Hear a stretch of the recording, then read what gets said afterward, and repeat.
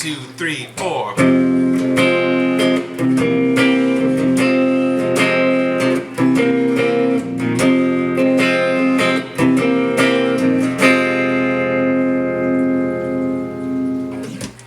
Hey guys, this is David James, and I'd like to welcome you to the first ever David James guitar lesson online. And what we're going to be doing today is a pretty simple song, but a great one for beginners, and that's Worry About Me by Ellie Goulding featuring Blackbear. Now, the structure of the song is rather simple, basically because there's two chords. And what we're going to need to know is the E minor shape and the B7 shape, or the B dominant 7th shape. And before we learn those, let's go ahead and transpose it up a half step. And if you're unfamiliar with transposing, that's just moving the chord structure, or the space between the chords, in their order, etc. That's just moving it to other keys, so you can sing it higher or lower, and the song still maintains its character and its structure. So this one's only going up a half step, and a half step on guitar is just one fret, right? So we got one half step, up a half step, up a half step, up a half step, no matter where you are. So we're gonna go up a half step, pop our capo on, sick. Alright, so first let's take a look at our first shape, which is E minor. Great. And how we're going to do this and do the fingering is we're going to try to be a little bit strategic, so when we switch to the B7 chord, we're doing as little movement as possible. So let's take a look at the E minor, and we're going to use our second finger and our third finger, like this. So second finger on the A string on the second fret, and then our third finger, ding, on the second fret on the D string, and we're going to play all 6 strings. Beautiful. Which of course, this is an E minor shape, but that is an F minor if you go up a half step. And then we're going to go to the B7. Now the B7 is a doozy, especially if you've never played it before, but it's a great open chord and a great sound, and I'm using all 4 fingers. Let's take a look at this one. So for the B7, we're going to take our second finger and put it on the second fret. I know it's the third, but we're going to call it the second, so we can kind of think of this as still our open chord shapes. So second finger on the second fret of the A string, first finger on the first fret of the D string. If it sounds like that, you're doing good. And then we've got our third finger on the second fret on the D string, or on the G string. Then we're playing the B string open. It's a spicy chord. And then we're putting our pinky, number 4 up here, on the second fret all the way high up in the E string. Woo! It's a lot of notes. So there's 2 important things we need to look at right here. And the first thing is switching between that E minor and the B7. Now notice which finger is not moving up.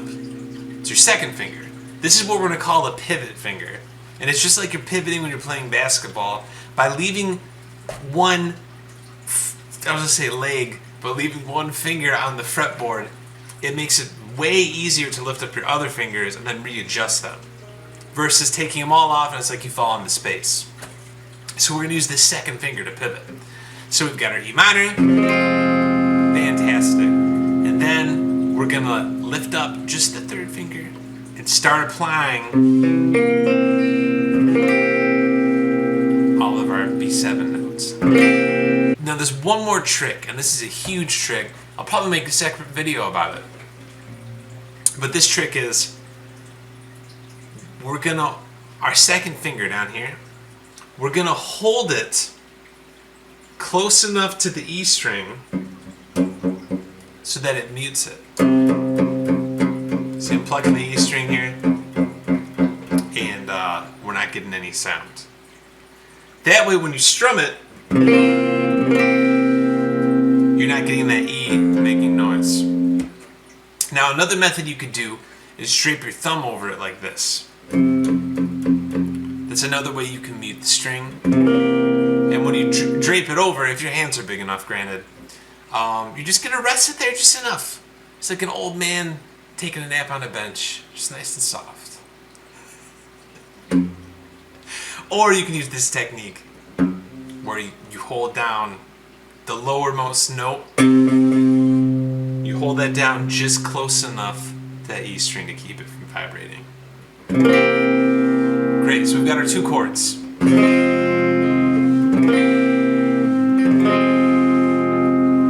So good. Now, the last thing is the strumming pattern. And strumming is a bit more difficult to explain. Well, a lot of guitar players, what they do is they kind of do it by ear. And it's something, I will make a video on this eventually, where it's good to read music and read the rhythms, especially to expand your knowledge. But most people just don't have that time or that commitment level or just that access to that.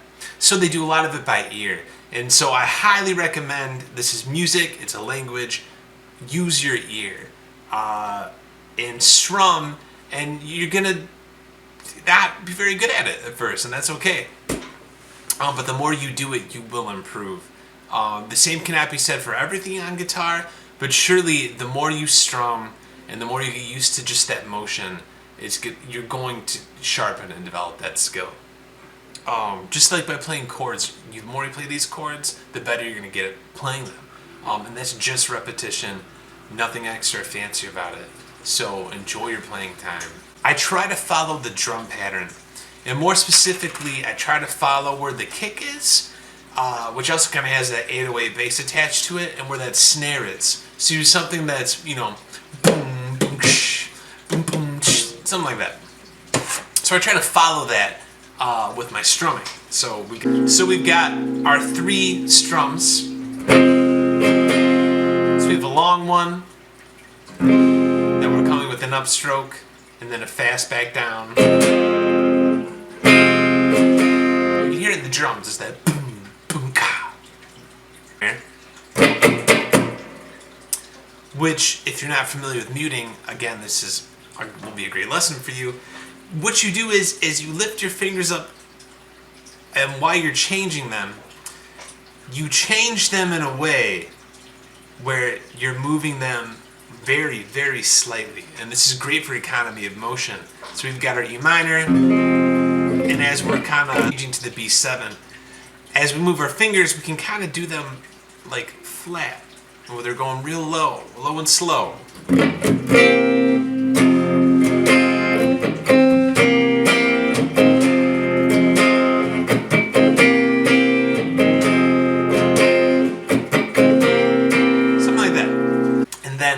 We're gonna do four. We're gonna do up, down, or down, up. Because when I hit that B7, it's a little bit delayed. So we have,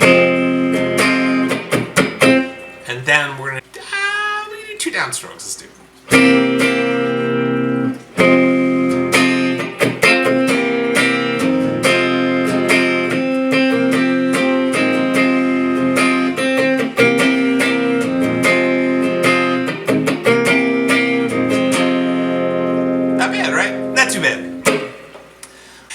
So I hope you enjoyed this quick lesson. Make sure to keep playing. This is my first video. I gotta come up with a catchphrase. I don't know what I'm gonna do for it, but it's probably pretty corny and memorable. And if you want to learn another song, or if you have any questions, please leave a comment. Send me a message. Hit me up. And till next time, take care, guys.